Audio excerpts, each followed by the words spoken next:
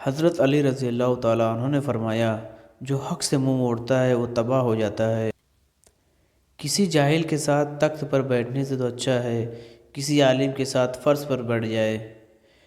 دو چیزیں ایسی ہیں جن کے ثواب کا وزن نہیں ہو سکتا، نمبر 1 معافی اور نمبر 2 عدل۔ رزق کے پیچھے اپنا ایمان خراب مت کرو، کیونکہ رزق انسان کو ایسے تلاش کرتا ہے جیسے مرنے والے کو موت۔ مشکل وقت آ جائے تو کسی کا احساس مت کرو، کیونکہ مشکل 4 دن کا اور احسان زندگی بھر کا۔ لوگوں کے غلام مت بنو، جبکہ اللہ نے تمہیں آزاد پیدا کیا ہے۔ دنیا کا سب سے خوبصورت پودا محبت کا ہوتا ہے، جو زمین میں نہیں بلکہ دلوں میں اگتا ہے۔ اس کو دوست مت بناؤ جو کسی محفل میں آپ کو شرمندہ کرے، خواہ وہ مذاق میں ہی کیوں نہ کر رہا ہو۔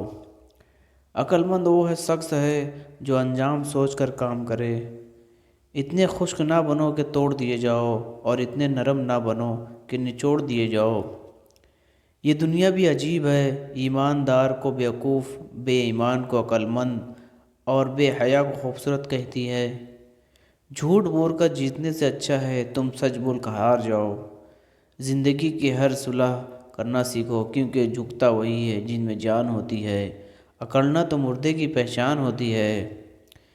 ان لوگوں کو کھونے سے ڈرو جن کے نزدیک دوستی کے رشتے خون کے رشتوں سے بھی عزیز ہوتے ہیں۔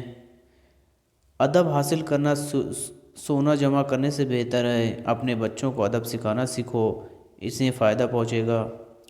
کوئی تمہارا دل دکھائے تو ناراض مت ہونا، کیونکہ قدرت کا قانون ہے، جس درخت کا پھل میٹھا ہوتا ہے پتھر بھی لوگ اسی کو مارتے ہیں۔ مجھ اس شخص پر تعجب ہوتا ہے جو روز دیکھتا ہے کہ سانس کی اور عمر کی کم ہوتی جا رہی ہے اور موت کے لیے تیاری نہیں کرتا۔ انسان کی ذہنیت بھی عجیب ہے، بیماری کے خوف سے تو چھوڑ سکتا ہے لیکن دوزخ کے خوف سے نہیں گناہ چھوڑتا۔